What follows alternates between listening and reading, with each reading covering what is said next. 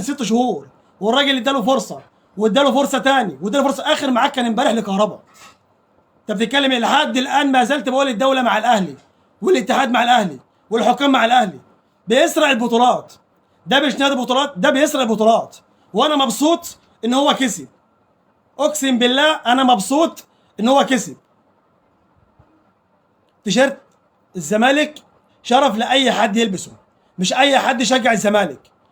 وبقول للناس اللي بتتراجع بعد الاهلي ما بيكسب وتيجي تقول الاهلي حلو، والناس اللي بتوع الزمالك اللي بيطلعوا في القناه ويجي الاهلي اللي يكسب يقول لك انا بدعم الاهلي، انت مش من قلبك، انت كده بوشين. وانا بقول لك اي حد بيشجع الزمالك بيشجع من قلبه، ما بيرجعش في كلامه.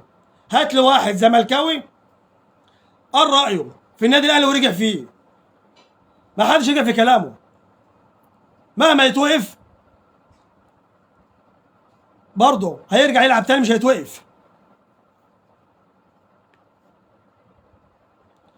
مش قطر اللي حط جول التعادل، انا بقول لك قطر صاحب البطوله، مش قطر اللي حط جول، قطر صاحب البطوله.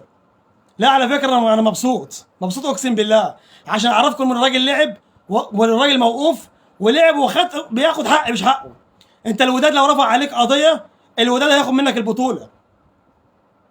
انت لو راجل عمال تضغط على الحكام، الحكم واخر ماتش الحكم ما كانش اخر ماتش الحكم، الحكم لسه ليه مع الفيفا وهيلعب تاني ويحكم الحكم لسه قدامه سنه.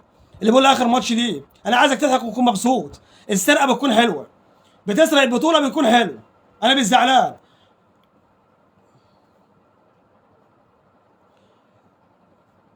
لا والحجز ملوش دعوه، انت بتتكلم بتقول لي كهربا مش هيتوقف بسبب حجز حسابات الزمالك، ده ملوش دعوه بحجز الحجز. هو الزمالك كده جاي الحجز بتاعه، الدوله برضه جايه على الزمالك بسبب الحجز، كله جاي على الزمالك. وبتيجي اي حاجه بتحكم ضده في ساعتها بتتنفذ، تاني يوم بتتنفذ. انت بتتكلم في حكم كان اخره امبارح، حكم كان اخره امبارح، قول لي ما تطبقش ليه؟ انت اقنعني قول لي ما تطبقش ليه؟ انا طلعت في الحلقه اللي فاتت قلت ان النادي الاهلي نادي الدوله والاتحاد بيساعده والحكام بتساعده، ولحد الان بقول لك الحكام بتساعده.